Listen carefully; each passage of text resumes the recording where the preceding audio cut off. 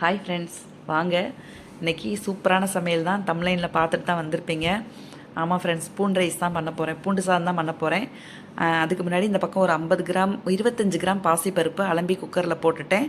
அதுக்கப்புறம் 1/4 கிலோ பீர்க்கங்காய் மார்க்கெட்டில் வாங்கிட்டு வந்தது இருந்தது. நான் மார்க்கெட் போனால் பீக்கங்காய் வாங்கிடுவேன் ஃப்ரெண்ட்ஸ். எனக்கு பீக்கங்காய் ரொம்ப பிடிக்கும். அதுக்கு உடம்புக்கு நல்லது இல்லையா. அப்புறம் ஒரு தக்காளி கட் பண்ணி போட்டேன். அதுக்கு தேவையான அளவு உப்பு மஞ்சப்பொடியும் போட்டுக்கலாம். நான் இன்றைக்கி ஸ்டாண்டு வச்சுருக்கேன் ஃப்ரெண்ட்ஸ். ஒரு கையிலேயே நான் வீடியோ எடுத்து ஒரு மாதிரி இருக்குது. நம்ம ஃப்ரீயாக பண்ணுற மாதிரி இல்லைன்னா ஒரு நேரம் ஷேக் ஆகும். அந்த மாதிரி இருந்துச்சா இன்றைக்கி எப்படியாவது ஸ்டாண்டு வச்சு எடுப்போம்னு சொல்லிட்டு நான் இந்த உப்பு ஜாடி பக்கத்தில் கொஞ்சம் போல் இடம் இருந்துச்சு.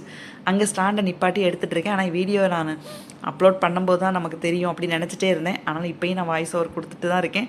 ஆனால் ஓரளவுக்கு வீடியோ நல்லா வந்திருக்குன்னு தான் எனக்கு நினைக்கிறேன். ஆனால் உங்களுக்கு எப்படி இருக்குதுன்னு தெரியலை.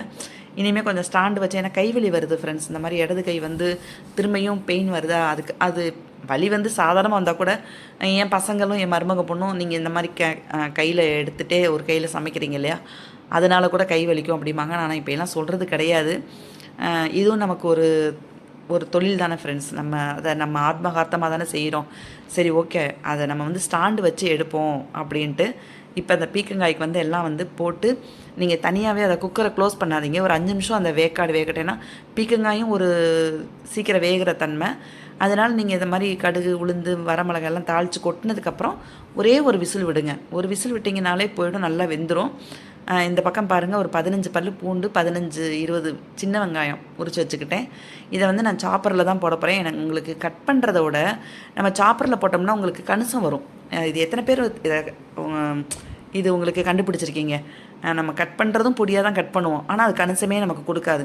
இந்த சாப்பரில் போட்டு இழுக்கும்போது என்னென்னா அந்த பண்ணும்போது எடுக்கும்போது நல்ல கணிசமாக இருக்கும் ஃப்ரெண்ட்ஸ். இப்போ ஒரு 10 வெங்காயம் போடுற போது நீங்கள் கட் பண்ணுறதுக்கும் இந்த மாதிரி சாப்பரில் போடுறதுக்கும் நிறைய வித்தியாசம் இருக்கும். இங்கே பாருங்கள், சூப்பராக பொடியாகிடுச்சா. அந்த பூண்டு ரைஸு, இந்த மாதிரி தக்காளி சாதம், நம்ம சும்மா சாதம் வடித்து பண்ணுறதுக்கு இருக்கு இல்லையா, அந்த மாதிரி இதுக்கெல்லாம் நான் இப்படி சாப்பரில் போட்டு இது பண்ணிக்குவேன். நமக்கு நேரமும் கொஞ்சம் மிச்சமாகும். அதுக்கு 2 தக்காளி மட்டும் கலருக்காக தான் போடுறேன் ஃப்ரெண்ட்ஸ்.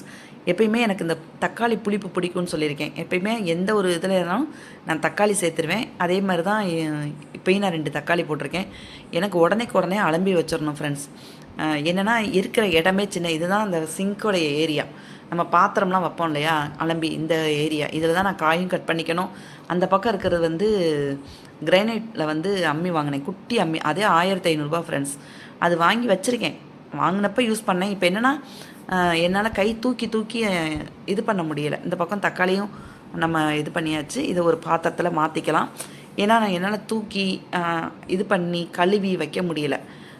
ஏன்னா நான் ஒரு தடவைக்கு 2 தடவை அலம்புவேன். சும்மா அதை அலம்பி தள்ளி விட்டால் கூட பரவாயில்ல. எனக்கு இந்த மூளையிலலாம் தண்ணி இருந்தாலே பிடிக்காது ஃப்ரெண்ட்ஸ். அது தொடச்சிக்கிட்டே இருப்பேன். அது என்னமோ நான் வீடியோக்காக திரும்பவும் நான் சொல்கிறேன், வீடியோக்காகலாம் அப்படி இல்லை. அப்பப்போ அங்கங்கே அப்படி இருக்கும். வீடியோ நம்ம எடுக்கலை அப்படின்னா நம்ம எல்லாம் முடிச்சுட்டு நம்ம க்ளீன் பண்ணுவோம். இந்த மாதிரி அலம்பி வைக்கிறது இதெல்லாமே வந்து அப்பப்போ செஞ்சு வச்சிடணும். இங்கே பாருங்கள் எவ்வளோ கணிசமாக இருக்குது. தக்காளி 2 தக்காளிக்கு தகுந்த கணிசம், வெங்காயமும் பூண்டும் நல்ல கணிசம். இதுக்கு 2 பச்சை மிளகாய் எடுத்து பொடியாக கட் பண்ணிக்கலாம். இங்கே பாருங்கள், நான் சாப்பர்லாம் உடனே அலம்பி வச்சுருவேன் ஃப்ரெண்ட்ஸ். ஏன்னா நமக்கு சிங்கில் பாத்திரம் நிறையா இருந்தால் எனக்கு பிடிக்கவே பிடிக்காது. நாளுங்கிழமை வேறு வழி இல்லை. அப்போ நம்ம வந்து சமையல் பண்ணுறோம், நிறைய பண்ணுறோன்னா அது கொஞ்சம் அப்படியே தான் இருக்கும் சமையல் பண்ணும்போது. அதுக்கப்புறம் நான் முடிச்சுட்டு ஒர்க் பண்ணுறவங்க வரதுக்குள்ளே கூட நான் அந்த ஃபங்க்ஷனுக்குலாம் கொஞ்சம் பாத்திரம் நிறைய விழுகும். அப்போ நான் பாதி பாத்திரம் தேய்ச்சி நைட்டு அலம்பி வச்சுருவேன். காலம்பரை எந்திரிச்சு அந்தந்த இடத்துல வச்சுருவேன். நான் ஏற்கனவே வீடியோவில் சொல்லியிருக்கேன். இப்போ இதுக்கு கடுகு உளுந்து வரமிளகாலாம் போட்டு தாளித்து நம்ம ஒரே ஒரு விசில் மட்டும் விடுவோம் ஃப்ரெண்ட்ஸ். ஏன்னா நான் இன்றைக்கி தேங்காய் ஜீரகம் அதை அரைச்சே விடலை, வெறும் ப்ளைன் பீக்கங்காய் கூட்டு தான். ஏன்னா நம்ம தேங்காயை அரைச்சி போட்டோம்னா ரொம்ப கொழப்பு அதிகமாகிடும். நம்ம காய் கம்மியாக தான் இருக்குது. அப்போ காய் தெரியாது, வெறும் பாசிப்பருப்பும் தேங்காய் அரைச்சி விட்டது தான் தெரியும். அதனால் நான் இன்றைக்கி தேங்காய் அரைச்சி விடலை ஃப்ரெண்ட்ஸ்.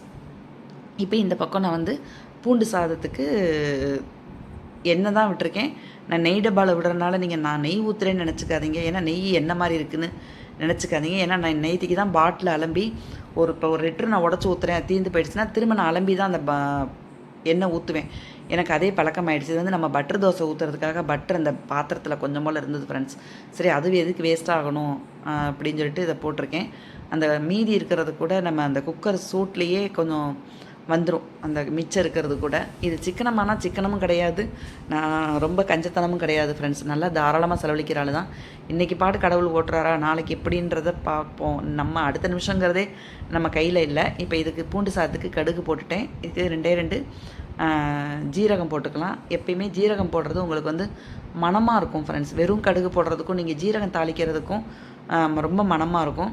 இந்த மாதிரி பட்ரு வந்து அதில் ஒட்டியிருக்கே, அது கொஞ்சம் வாசனையாகவும் நெய் வாசனையாகவும் ஆகிடும் இல்லையா. அதனால் இதுக்கு கொஞ்சம் 1 டீஸ்பூன் எண்ணெய் கொஞ்சம் அதிகமாகவே ஊற்றிக்கிங்க. ஏன்னா இது வந்து நம்ம தண்ணி ஊற்றாமல் தான் வதக்க போகிறோம். எண்ணெய் இது மட்டும்தான். அப்படியே நீங்கள் சிம்மில் வச்சே வதக்கிக்கிங்க. 2வது நான் இன்றைக்கி ஸ்டாண்டில் எடுக்கிறேன் ஃப்ரெண்ட்ஸ். ஸ்டாண்டு வச்சு எனக்கு இன்றைக்கி 2 கையில் வேலை பார்த்து வீடியோ எடுக்கிறது அவ்வளோ ஒரு சந்தோஷமாக இருக்குது.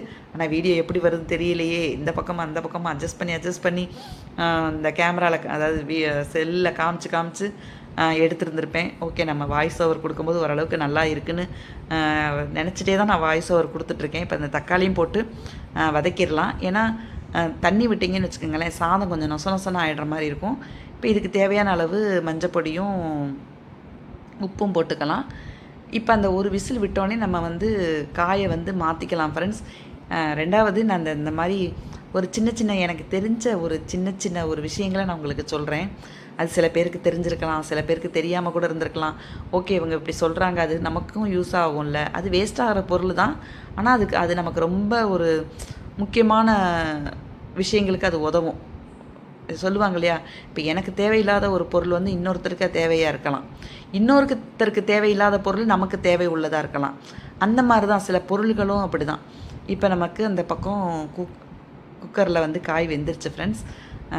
எனக்கு இன்றைக்கி அவ்வளோ ஒரு ஃப்ரீயாக இருக்குது வீடியோ எடுக்கிறதுக்கு, அவ்வளோ சந்தோஷமாக இருக்குது. சரி, இருக்கிற இடத்துல நம்ம ஏன்னா எனக்கு அது இத்தனை நாள் செட் ஆகலை. வச்சு பார்த்தேன். இந்த 2 நாளாக ட்ரை பண்ணி செக் பண்ணி ஓகே, இந்த ஆங்கிளில் வச்சா நல்லாயிருக்குமா, இந்த பக்கம் வச்சா நல்லாயிருக்குமா அப்படின்னு சொல்லி ஓரளவுக்கு பார்த்து இந்த பக்கம் வச்சுருக்கேன். இருக்கிற இடம் சின்ன இடம் தான், அதில் ஸ்டாண்டு வச்சு எடுக்கிறேன். இந்த வீடியோ எப்படி இருக்குதுன்னு தெரியல, நீங்கள் வீடியோ பார்த்து சொல்லுங்கள். இந்த பக்கம் சாதத்துக்கும் அலம்பி அரிசி 2-3 தடவை நல்லா அலம்பி சாதத்துக்கும் வச்சுக்கலாம்.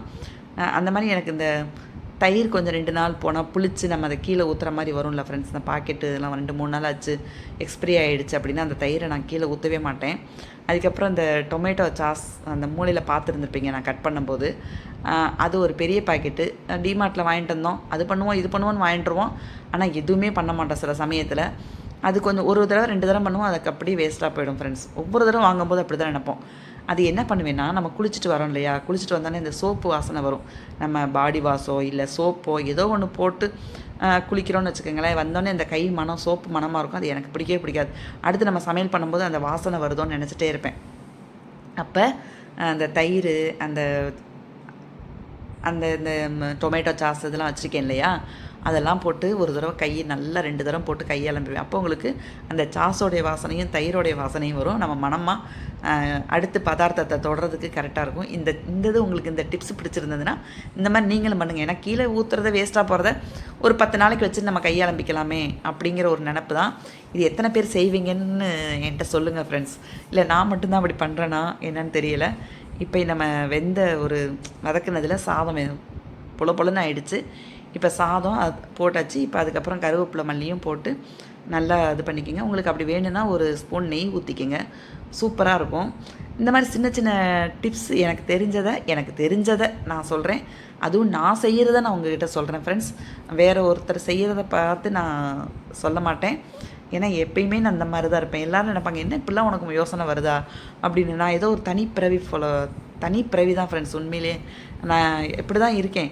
ஒரு எண்ணெய் விளக்கேற்றுற எண்ணெய் ஊற்றணும்னு வச்சுக்கோங்களேன், என்ன தான் நம்ம பேப்பரில் தொடச்சிக்கிட்டாலும் அந்த எண்ணெய் வாசனை வரும். திரும்ப ஒரு தடவை வந்து கையலம்புவேன். இந்த மாதிரியே தான் நான் இப்படி இருக்கேன். ஆனால் இது எனக்கு யூஸ்ஃபுல்லாக தான் இருக்குது.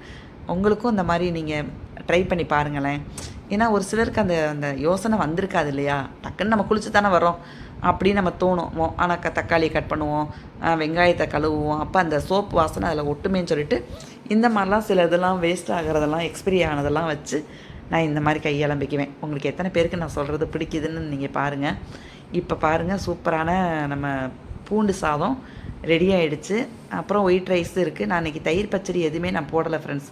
ஏன்னா நம்ம கூட்டு இருக்குது, மாம்பழம் கட் பண்ணி எடுத்து வச்சுருக்கேன், இதுவே நமக்கு வெறுமனையே சாப்பிட்லாம். பூண்டு ரைஸ்லாம் வந்து வெறுமனையே சாப்பிட்லாம். நம்ம தக்காளி சாதம் மாதிரி, தேங்காய் சாதத்துக்கு உங்களுக்கு வெண்ணெயை பிடிக்கும், அதுக்கு எதாவது நீங்கள் தொட்டுக்கிறதுக்கு வச்சுக்கோங்க. இதெல்லாம் வெறுமனையே சாப்பிட்லாம். ஏன்னா அந்த பூண்டு வாசனை நான் வதக்கும் போதே அப்படி ஒரு வாசனை ஃப்ரெண்ட்ஸ். உண்மையிலே இந்த கார்லிக்லாம் நம்ம உடம்புக்கு அவ்வளோ நல்லது இல்லையா. அந்த பக்கம் ஒயிட் ரைஸ் ரெடி ஆகிடுச்சு. அந்த பக்கம் இங்கே பாருங்கள் பூண்டு சாதம் எவ்வளோ கலர்ஃபுல்லாக இருக்குதுன்னு சொல்லிட்டு. அதுக்கப்புறம் மாம்பழம், அதுக்கப்புறம் பீக்கங்காய் கூட்டு. ஓகே ஃப்ரெண்ட்ஸ், இதுதான் இன்றைக்கி நம்ம வீட்டில் சமையல். லாங் வீடியோவுக்கும் கொஞ்சம் சப்போர்ட் பண்ணுங்கள். இந்த சமையல் உங்களுக்கு பிடிச்சிருந்தா லைக் பண்ணுங்கள், ஷேர் பண்ணுங்கள், சப்ஸ்கிரைப் பண்ணுங்கள், மறக்காம பெல் ஐக்கானை கிளிக் பண்ணுங்கள். தேங்க்ஸ்.